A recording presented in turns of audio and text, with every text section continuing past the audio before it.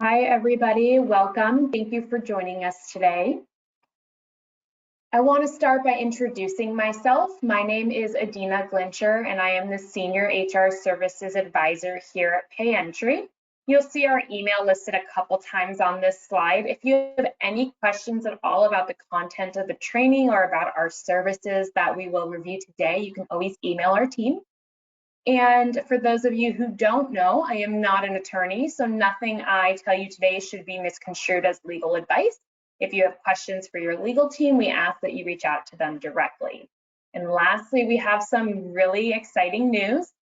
So this webinar and viewing it in its entirety qualifies for one HRCI credit. So those of you who are looking for those recertification credits, definitely make sure that you go ahead and check your email after the event. We will send out that code about 24 hours after. So keep an eye out for your email. And we do want to apologize for our technical difficulties. A couple weeks ago, we did attempt to do this webinar, and it appeared that the GoToWebinar system was down. So we do apologize, but we are glad you are here today and hope that you learned something new.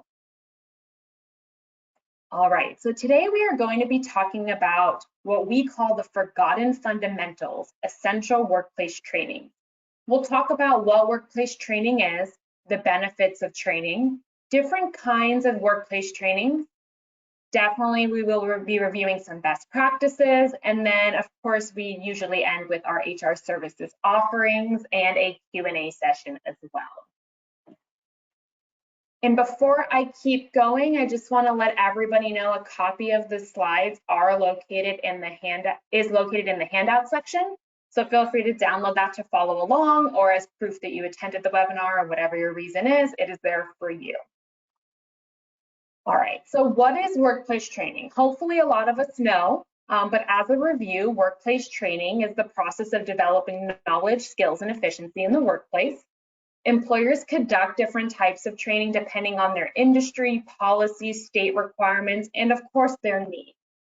The urgency of employer needs and the availability of resources definitely play a role in deciding which trainings to prioritize. We all have a lot going on, so unfortunately we can't always provide all the trainings we want to in a given year. Why is this important? When employees and organizations expand their knowledge and skills through workplace training, they can perform more effectively in their job. In addition, training your employees gives you the opportunity to improve the quality of their work and boost productivity across your organization.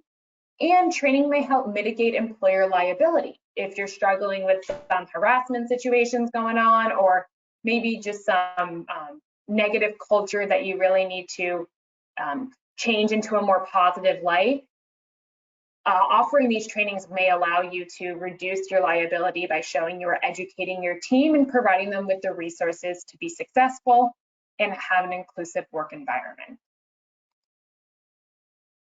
So the benefits of workplace training are truly endless, but we do highlight a few on this slide. First and foremost, it allows you to reduce employee turnover. Offering employee training is a straightforward and effective way to reduce turnover. According to LinkedIn Learning, 94% of employees say they would stay at a company longer if it invested in their development, which is absolutely huge. In addition, it can improve employee engagement. LinkedIn Learning reports that employees who feel they have room to learn and grow at their companies are 3.5 times more likely to be engaged while they're there. And employee training opportunities present an ideal tool for increasing engagement and profit, and of course, overall culture and happiness, etc. Also, it can be used as a recruitment tool. 82% of employees believe they will need to continue to develop new skills at least once a year to remain competitive in the marketplace. So employee training opportunities can be a powerful recruitment tool. We want quality employees to work for us, so let's provide them with quality training and quality resources. It can increase productivity, which we talked about a little bit on the previous slide.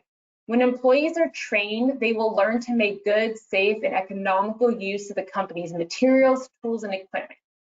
Accidents and equipment damage will be minimized, and this will keep waste low. Of course, additional training can improve your knowledge of policies and goals. Consistent training will help employees work more effectively in the workplace environment. This brings about an atmosphere in the organization that encourages every employee to feel valued and feel welcome. We all have room to grow. And the last one is enhanced management. Training your managers to communicate effectively and develop their employees, think strategically, and react to challenges with flexibility can drastically increase both team performance and employee satisfaction. So training is not only important for our employees, but also for our management team. Now let's talk a little bit about the different kinds of workplace trainings. We have harassment prevention, which I'm sure most of you have heard of. There's compliance training, safety trainings, leadership trainings, security awareness, customer service, professional development, and industry specific, just to name a few categories. Let's dig into diversity and harassment prevention training. So diversity, equity, inclusion, also commonly known as DEI, and harassment and discrimination prevention work trainings are often more effective when presented together. Failing to coordinate the above listed trainings may increase your risk of harassment and discrimination and undermine your efforts to create a healthy and an inclusive workplace. Diversity training is a critical element of harassment prevention training. The EEOC has found that having a workforce where only a few employees from underrepresented groups are present is one of the top risk factors for harassment. So it's important that not only are we training our employees, but that we're hiring a diverse group of employees. There are many reasons for this, according to the EEOC. First, employees in the majority may feel uncomfortable around those they view as different. Secondly, discomfort with differences in language, customs, dress, communication styles, and other behavioral patterns may cause employees in the majority to avoid or actively exclude underrepresented employees to avoid awkward situations. And lastly, dominant group employees may feel threatened that employees of different backgrounds will cause the work environment to change. These actions and beliefs, if left unchecked, increase instances of harassing and discriminatory behavior, which is why we recommend kind of accompanying all these categories into one long training so that you can cover them all together.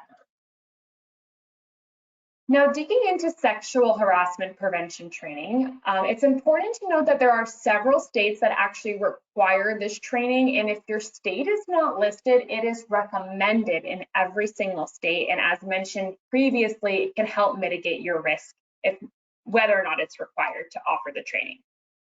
So in California, Connecticut, Delaware, the District of Columbia, Illinois, Maine, New York State, and Washington, you'll see there's a variety of different there's a variety of different things that denote who a covered employee is. So it may depend on how many employees you have, or employer is, excuse me. So how many employees you have may make a difference, and then the industry you're in as well. Sorry, I got all choked up there, but here's a chart for your reference, and you can feel free to download this. Now, your state or local jurisdiction's training requirements may go beyond the requirement of sexual harassment education. So even though it is called sexual harassment training, often it is usually covers more topics such as abusive conduct, diversity, etc. So for example, California requires that the training addresses abusive conduct, as mentioned, discrimination, and retaliation. And the Chicago, Illinois requirement states that employers must also provide bystander training, which are actions that an employee may take to intervene when there is a risk of sexual harassment to a coworker or another individual. So as always, it is important that you are not only checking the federal requirements and the state requirements, but also your local jurisdictions to figure out if there are any specific requirements. And our team can definitely do this research for you and provide you with some help and resources. So reach out to us if you're interested in learning more about our resources. And the different states and localities, not only do they have different requirements of what needs to be encompassed in the training, but also the frequency of the training and the record keeping requirements and notices as well. In the absence of a state or local requirement, it is always best practice to conduct non-discrimination, anti-retaliation, and harassment prevention trainings for all supervisors and employees. Sometimes they can be done together, and sometimes we do recommend that those trainings look different depending on whether or not the employee is in a managerial position. The training should include information and practical guidance on discrimination and retaliation and provide examples of prohibited conduct. Training should explain that the company won't tolerate discrimination against applicants and employees based on any characteristic that is protected by federal, state, or local law or company policy. And then employers should also train employees on how to report incidents of discrimination and retaliation, of course, who to report them to and in what form to report them, whether that's written, via email, via a template, etc. All right, now moving away from harassment prevention training, we're going to talk about compliance training. And that's a pretty vague word. Compliance training can encompass a wide array of compliance. So compliance training is the process of ensuring employees understand all the relevant laws, regulations, and internal policy. Effective training walks employees through examples of how issues of ethics and compliance apply to their roles in the workplace, and it can give them the guidance they need to handle different situations and dilemmas they may face. A good workplace compliance training program helps your company follow laws, reduce liability risks, and operate effectively. It may mitigate an organization's legal liability and violations that could result in heavy fines and penalties. And of course, what compliance training looks like to one organization may be different than it looks to another organization. We all may fall under the same laws, but our industry and our company policies differ. So it's important that if you're offering this training, you're making sure it is either made specifically for your company or it's a universal training. So some compliance issues that require training include HIPAA, wage and hour, business ethics, financial integrity, conflicts of interest, integrity in the workplace, rightful employment termination, leaves of absences such as FMLA and other protected leaves, workplace substance abuse, and code of conduct. Compliance training may vary between departments. So for example, companies may require employees in the finance department to do more intensive training on fraud prevention than employees in the production department. So not only does it differ from company to company, but often from department to department as well. And as I mentioned earlier, we'll talk about the different services we offer here at PayEntry as part of our HR services department. But just want to throw it out there that we offer customized training. So if you are interested in a training, maybe you have a specific situation going on or you just want to preemptively train your employees on something, we can definitely customize trainings directly for our clients or our non-clients. If that's something you're interested in, there's a lot we can do to support you there.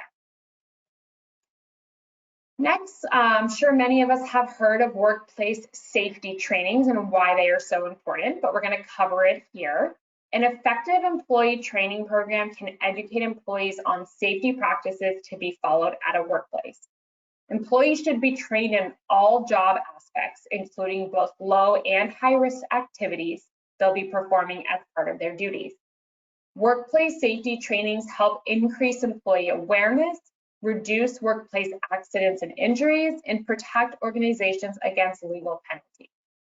Workplace safety training is critical to the following industries: construction, manufacturing, healthcare, food, hotel, and retail. And these industries require regular safety and compliance trainings to prevent workplace injuries and perform tasks in a way that is safe for all employees. I also want to point out on this slide, while we're talking about safety trainings, many states actually require that companies have IIPPs, injury illness prevention plans, and even COVID prevention plans. So if you're not sure if you're in a state that requires one of those, you can definitely, once again, reach out to our team. We can help support. But it's important that you know whether or not that's a requirement so that you can get that in place if it is for compliance reasons and safety reasons, of course. So general safety topics that are covered in these trainings include ergonomic and workplace stress.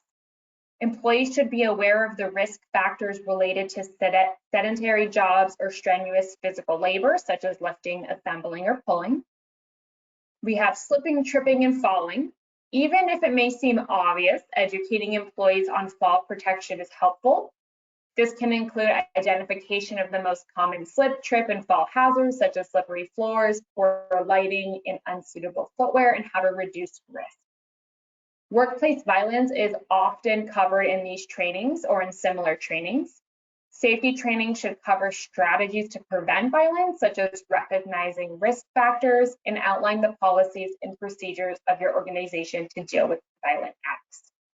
And then the use of PPE or personal protective equipment should be covered. If your employees deal with hazardous chemicals, heavy construction equipment, high heat or electricity levels, loud equipment, etc., they should know what PPE they have available to them and that they need to be wearing or using to do their job safely. And lastly, reporting hazards and incidents. One of the most important ways to prevent accidents is for your employees to keep an eye out for hazards or unsafe conditions at work and report it to the relevant authorities as soon as they notice something. So similar to when we're talking about harassment, employees need to know where to report these things and who to go to. Next, we have leadership training. It is a great way for managers to improve their skills, inspire their teams, and achieve outstanding business results through proper leadership training. The success of your own leadership training will ultimately depend on how it is done and the follow-up provided long after the course is complete. So as much as we would all love to be able to assign our employees a 1-hour training and expect them to be experts at the end of it, we know that's not always the case, and it usually isn't. Leadership is like building muscle. You have to constantly work on it. Just like you constantly go to the gym to build muscle or lift weights, you're constantly training and practicing to become a great leader. Some benefits of leadership training include increased productivity, engaged and independent employees, help with employee retention, and effective problem solving as well. And then some examples of leadership training include conflict resolution training. It is helpful for managers to acknowledge the impact of workplace conflict and how to quickly and effectively resolve the conflict, how to deal with change. Training might include points on challenges brought on by change, the importance of resilience, opportunities presented by change, and understanding steps to use change positively by evaluating it and applying new processes or ideas for success. We love to do problem-solving trainings. Developing problem-solving skills is helpful for management to learn how to identify problems as they arise and determine effective solutions. There are trainings offered on project planning and delegating, including learning how to plan projects effectively and delegate tasks efficiently. Although we all want to do it all, we can't. We do have to delegate. It can help company leadership ensure that all the work that needs to get done is done without burnout. There are a lot of trainings on building trust and respect in communication, so definitely take advantage of those if they're offered as part of your HR package or if you are interested in building a training plan for your organization. You can learn to build trust and respect with your employees by acquiring training and skills in effective communication, striving to be transparent and consistent, and discovering the best ways to encourage confidence in your employees so they also feel motivated to openly share input or provide feedback. You definitely want to create that open door culture. And coaching to improve employee performance. So we often do performance improvement trainings or progressive discipline trainings for our clients here. Coaching is a skill that allows leaders to develop more effective and meaningful working relationships with their employees by asking them guiding questions, giving them compliments, listening to and empowering them by encouraging honest communication, understanding their perspectives, and showing commitment to their continued growth and development. And lastly, as I mentioned, communication training is huge. As many of you probably know, communication skills training can help you overcome common barriers to effective communication with your employees by teaching you how to provide clear, direct, and motivating statements, give constructive feedback, and regularly converse with your team and listen to their needs and their input. Effective communication is crucial. Next, we have security awareness training. Information security awareness training is an organizational program whose goal is to empower employees to protect the company's data through mindful security engagement. I don't know about all of you, but I know I am constantly hearing of all these security breaches, and so it is important that we educate our team and make sure that we have appropriate processes in place to ensure security of our data and our systems. This training includes understanding internet use, remote access, and other compliance policies that can put the network at risk of cyber attacks. And while human error is the weakest link when it comes to causing data breaches, it also offers the greatest opportunity for strengthening the company's first line of defense. As our IT department says, it is not just IT's job to keep the company safe, it is all employees' job. And then what topics should be covered in security awareness training? It should cover topics such as basic security principles, best practices for password management, email security, social media safety, mobile device security, identity theft protection, and data privacy. And it should provide guidance on how to recognize phishing attempts and other malicious activities as well. We know they're going to come, so we might as well prepare. Customer service training is pretty self-explanatory and can really be used in nearly any industry. It refers to teaching employees the knowledge, skills, and competencies required to increase customer satisfaction. This training is often given to customer service and support personnel, but everyone in your company can benefit from learning to better serve your customers or even your team.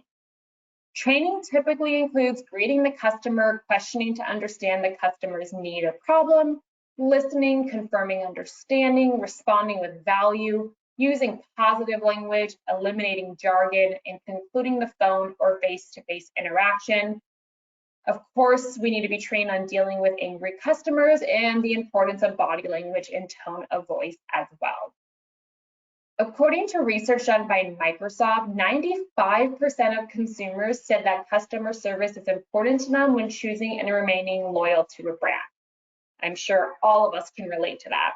And 60% of customers stop doing business with a company after one poor experience. So customer service is huge. A customer service mindset is more than just knowing how to deal with an angry customer or talk someone through troubleshooting an app. It's about better understanding and serving the people that your company helps.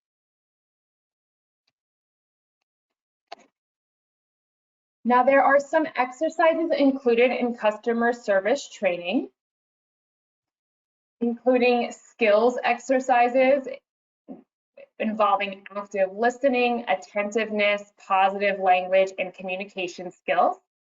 Product training is going to be a big part of customer service. For example, customer service training for new company representatives might include an overview of your product lines, and intermediate training might go deeper into troubleshooting your most popular products. You've got to know our product to train on it. Role playing is probably what most people imagine when they think of customer service training. An instructor pretends to be a customer on the phone, and a company representative has to deal with the service situation. It is always a good idea to role play different customer service situations so that you can see how your team will respond and can coach during the training rather than in real time. Training on customer service tools ensures that company representatives can take full advantage of the resources they have at their disposal.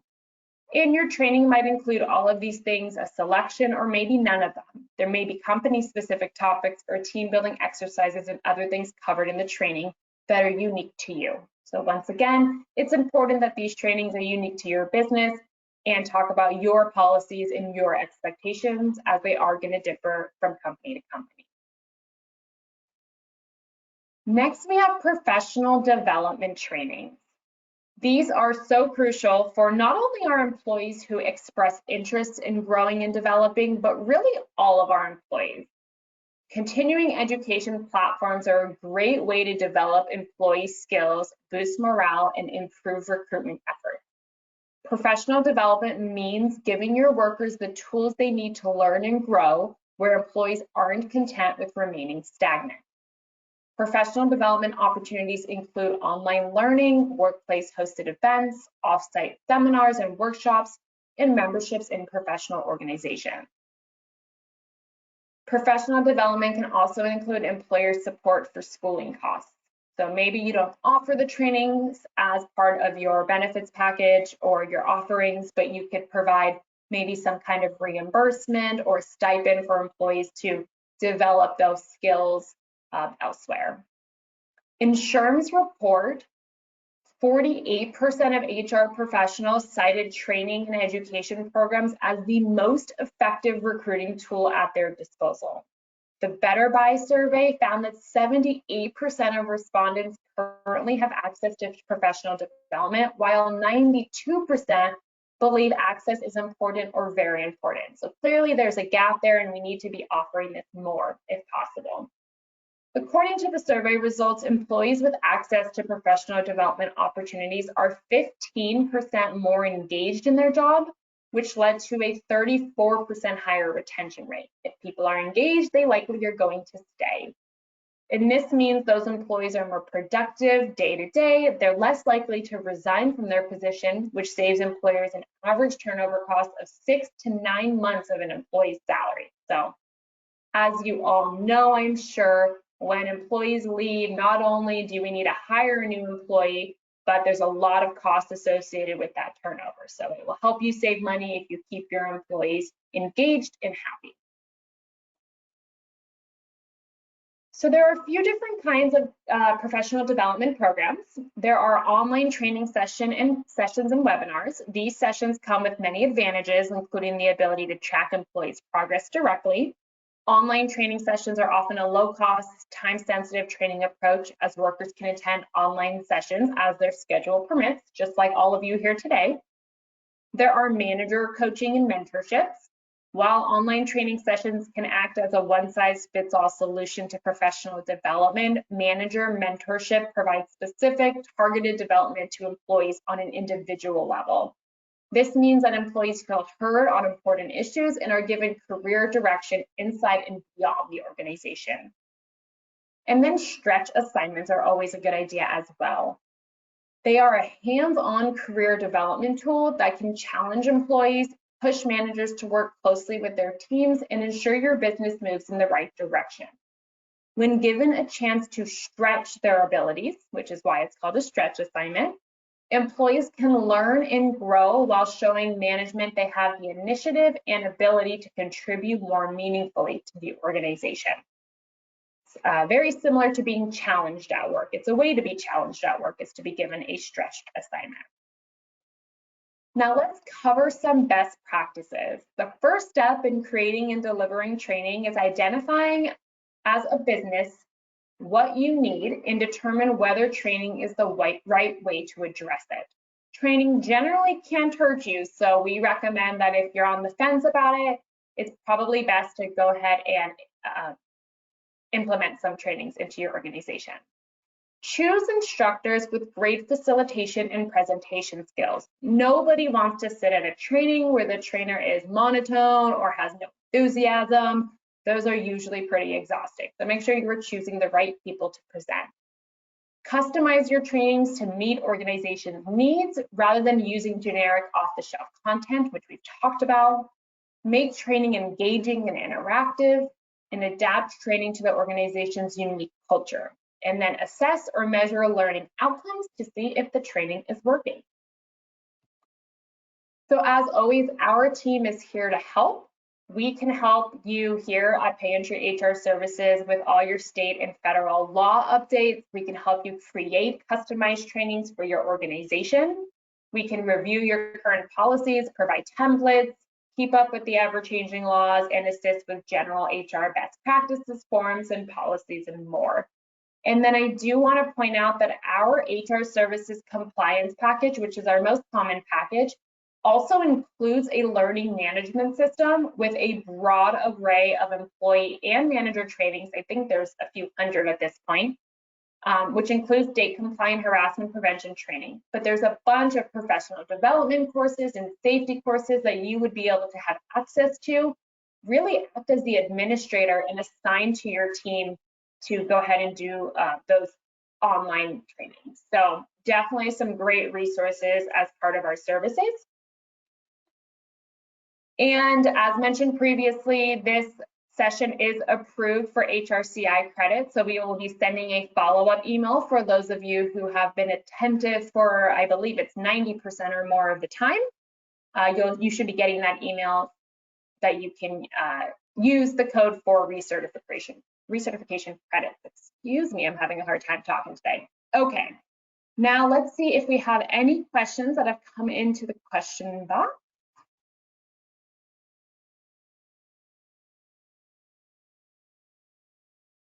I don't see any. So it looks like we are good to go. If any questions come up in the meantime, you will see our email address one more time on the slide, hrservices@payentry.com. And we appreciate you being here today. And we look forward to seeing you at future webinars. Have a wonderful rest of your day.